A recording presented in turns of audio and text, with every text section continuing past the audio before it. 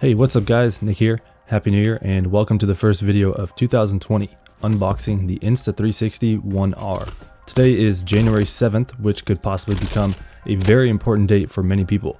Reason being that Insta360 released the first ever adaptive action camera. If you're wondering what that means, well, the concept is simple. One battery, one processor, and a selection of quick swapping lenses. When it comes to filmmaking, I think we can narrow down types of cameras to a few categories. Action cameras such as GoPro, DSLRs, drones, and 360 cameras. The truth of the matter is that there is a reason these types of cameras don't blend together. As of 2020, there is still no product out there for a filmmaker that does everything that you need it to. It's safe to say that it's currently impossible to go from filming an aerial image down to a DSLR and then be able to go underwater or create similar action cam perspectives all in one camera. It just doesn't exist yet. Or so we thought.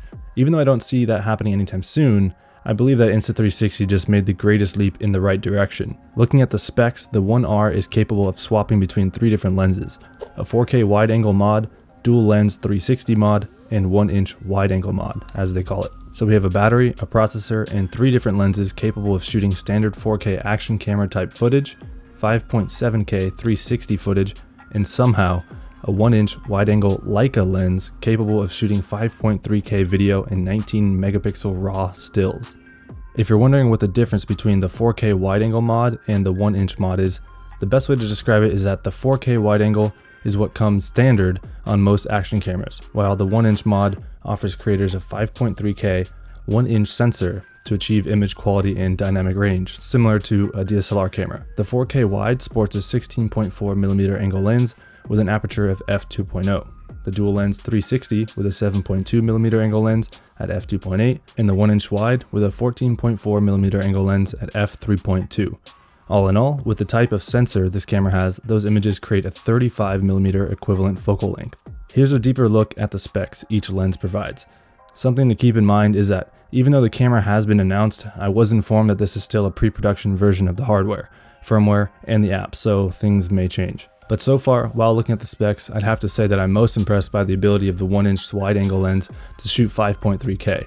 It is unfortunately not a raw image, but like I said, this is a big step in the right direction. I most likely will be making a video covering each lens individually to give you a deeper look into what they all look like and what they're capable of, but for now, here are specs regarding the resolution of each lens. The 4K wide-angle mod can shoot 4K 60 frames per second, 2.7K 100 frames per second, and 1080p 200 frames per second. The 360 mod can shoot up to 5.7K 30 frames, and the 1-inch mod shooting 5.3K 30 frames, 4K 60, and 1080 120.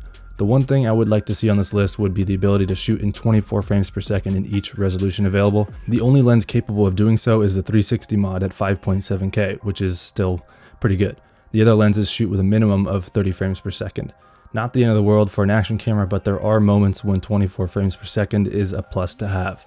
As far as video coding, we can expect an H.264 and H.265 format for the 4K wide angle and 1-inch wide angle, and H.264 for the dual lens 360 mod. A bitrate up to 100 megabytes per second is pretty standard for action cameras and is included. The camera shoots in the auto setting, but is capable of shooting in manual mode for those that want a bit more control like myself. Different video modes are available for the different lenses attached. In summary, the camera can shoot standard video, HDR, time-lapse, time shift, and bullet time.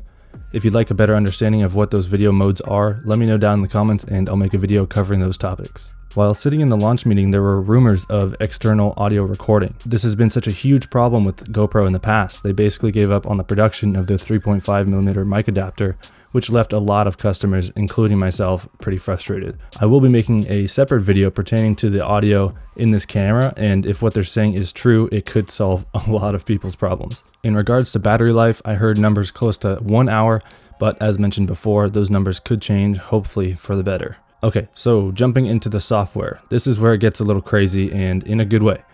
If you've ever edited footage, you know how long it can take to find the right moments. Insta360 managed to develop a feature called Auto Frame, which is an AI-powered computer vision algorithm that can identify the best parts of any 360 video and then recommend that to you. There's still plenty of choice, but the auto frame feature helps you quickly narrow down those shots worth considering, and then it does the reframing for you. Keep in mind that it's not going to be perfect, but I saw the feature in action and was genuinely impressed. This could cut down editing time in half. Okay, so going back to software, the camera is waterproof to depths of 5 meters, 16.4 feet, straight out of the box, and a dive case enables descents down to 60 meters, 197 feet. Voice control is a must nowadays and is of course included. Along with the AI feature auto frame, the camera is also capable of using AI software to do a deep track, which tracks the subject's movement and automatically reframes the shot to best follow your subject. If you didn't think that was crazy enough, well then you are in luck. The camera also allows you to do this in real time. Yes, you can literally say mark that to the 1R while you're filming, and the camera will track your subject and then create an automatically reframed shot when you begin editing. I saw a demonstration of this while I was in the launch meeting, and they used a snowboarder and literally just said mark that, and it tracked the subject surprisingly very well. When I was sitting in the launch meeting here in LA, I was a bit overwhelmed with all the features that this camera has. Even while creating the outline for this video, I had to cut certain things out to make it hopefully more understandable. Insta360 really is working hard to create a product that can do everything a filmmaker or creator needs. I look forward to creating an in-depth comparison to GoPro's line of cameras, testing image quality, internal stabilization, and color grading ability. This is more of an overview than a full product review, but I'll be installing the firmware they provided me and making a more in-depth review regarding this camera. So far, I must say I am impressed. Whether you're a motorcycle rider, filmmaker, snowboarder, athlete, or just enjoy capturing memories, this is a camera I would consider investing in. I always try to be transparent, so I will say that if you are interested in learning more and potentially purchasing this camera, please do so via the link in the description. I receive a small commission from the purchase, which in turn supports the channel and allows me to create more videos.